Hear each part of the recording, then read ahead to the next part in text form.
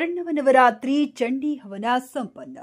ಗಂಗಾವತಿ ನಗರದ ಶಂಕರಮಠದ ಶ್ರೀ ಶಾರದಾ ದೇವಿ ಗುಳದಲ್ಲಿ ಬುಧವಾರದಂದು ನವಚಂಡಿ ಹವನ ಸಂಪನ್ನಗೊಂಡಿತು.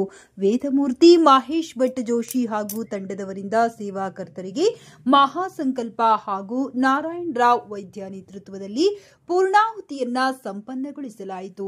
ಈ ಸಂದರ್ಭದಲ್ಲಿ ಧರ್ಮದರ್ಶಿ ನಾರಾಯಣ್ ರಾವ್ ವೈದ್ಯ ಮಾತನಾಡಿ, ಶೃಂಗೇರಿಯ ಜಗದ್ಗುರು ಶ್ರೀ ಭಾರತೀ ತೀರ್ಥ ಮಹಾಸ್ವಾಮಿಗಳ 75ನೇ ವರ್ಧಂತಿ ಮಹೋತ್ಸವ ಸಂಭ್ರಮಾಚರಣೆಯ ಪ್ರಯುಕ್ತ ಲೋಕ ಕಲ್ಯಾಣಾರ್ಥವಾಗಿ ಲವಚಂಡಿ ಹವನವನ್ನ ಆಯೋಜಿಸಲಾಗಿದ್ದು, ಇದರೊಂದಿಗೆ ದಂಪತಿ ಪೂಜೆ ಹಾಗೂ ಕನ್ನಿಕಾ ಪೂಜೆಯನ್ನ ಭಕ್ತರಿಂದ ನೆರವೇರಿಸಲಾಯಿತು. ಈ ಸಂದರ್ಭದಲ್ಲಿ ವಿದ್ಯಾತೀರ್ಥ ನಾರ್ವೆ ದಂಪತಿಗಳು, ಪವನ್ ಕುಮಾರ್ ಕಾರ್ತಿಕ್ ದಂಪತಿಗಳು ನೇತೃತ್ವ ವಹಿಸಿದ್ದರು. ಸುಮಾರು 600ಕ್ಕೂ ಅಧಿಕ ಭಕ್ತಾದಿಗಳು, ವಿವಿಧ ಸಮಾಜದ ಮುಖಂಡರು ಅಮ್ಮನವರ ದರ್ಶನ ಪಡೆದು ಪುನೀತರಾದರು. ಬಳಿಕ ಅನ್ನಸಂತರ್ಪಣೆ ನಡೆಸಲಾಯಿತು.